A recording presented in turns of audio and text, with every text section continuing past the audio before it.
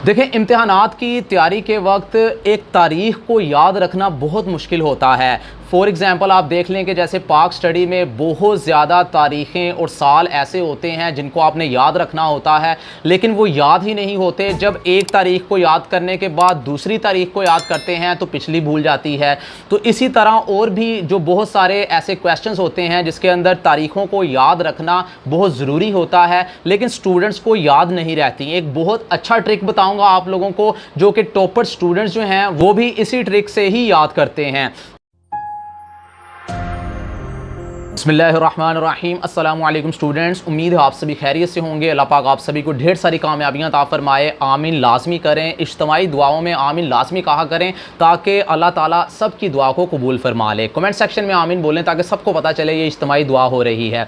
तो स्टूडेंट्स, आज के इस वीडियो में आप लोगों के लिए इम्तिहानात के हवाले से बहुत ही अच्छी टिप देने जा रहा हूँ, जो कि तारीख़ों को, साल को याद रखने के हवाले से है। जैसा कि आप लोग जानते होंगे कि इम्तिहानात की तैयारी के दौरान एक बहुत ही मुश्किल उस वक्त पेश आती है जब आपको बहुत सारी तारीख़ें और साल याद रखना होते हैं।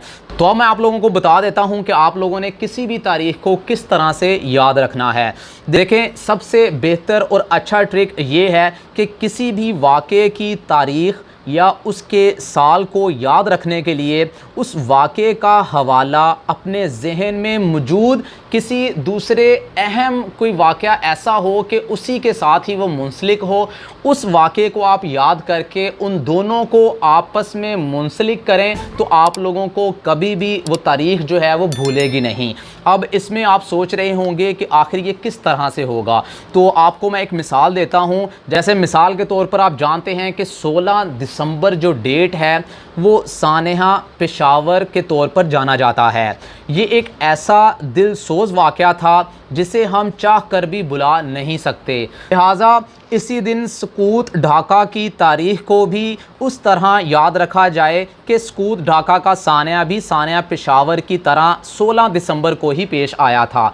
तो ये आपको मिसाल दी है कि आपने अगर किसी एक डेट को याद करना है तो आप अपनी ज़िंदगी में या फिर मुल्क के अंदर देखिए अपने कि कौन सी ऐसी डेट है जो इसके साथ मुंसलिक हो रही है, इसके साथ मिलती जुलती है। यानी 14 अगस्त 1947 को पाकिस्तान की आज़ादी का दिन था, तो आप लोगों ने 14 अगस्त 1947 को ऐसे याद रखना है कि आप लोग देखिए कि सेम डेट को और क्या वाक़या पेश आया था। तो जब आप ये दो चीज़ों को आपस में मुंसलिक कर लेंगे तो आप लोगों को कभी भी ये चीज़ें भूलेंगी नहीं, कभी भी कोई भी तारीख़ आप लोगों को भूलेगी नहीं। तो इसको अप्लाई करके देखिए, इसको आज़मा कर देखिए, इंशाल्लाह आप लोगों को कभी भी कोई भी डेट नहीं भूलेगी। तो कोई मज़ीद आप लोगों को टिप चाहिए, कोई भी बात पूछना चाहें कमेंट सेक्शन में पूछ सकते हैं, और इस ट्रिक को आज़मा कर मुझे बताइएगा, लाजमी कमेंट सेक्शन में बताइएगा कि आप लोगों को ये ट्रिक जो है वो कैसा लगा और ये जो है आप लोगों के लिए हेल्पफुल था या नहीं।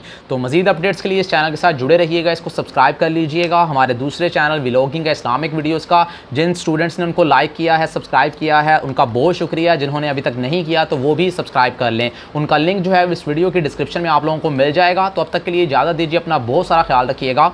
अल्लाह हाफिज़।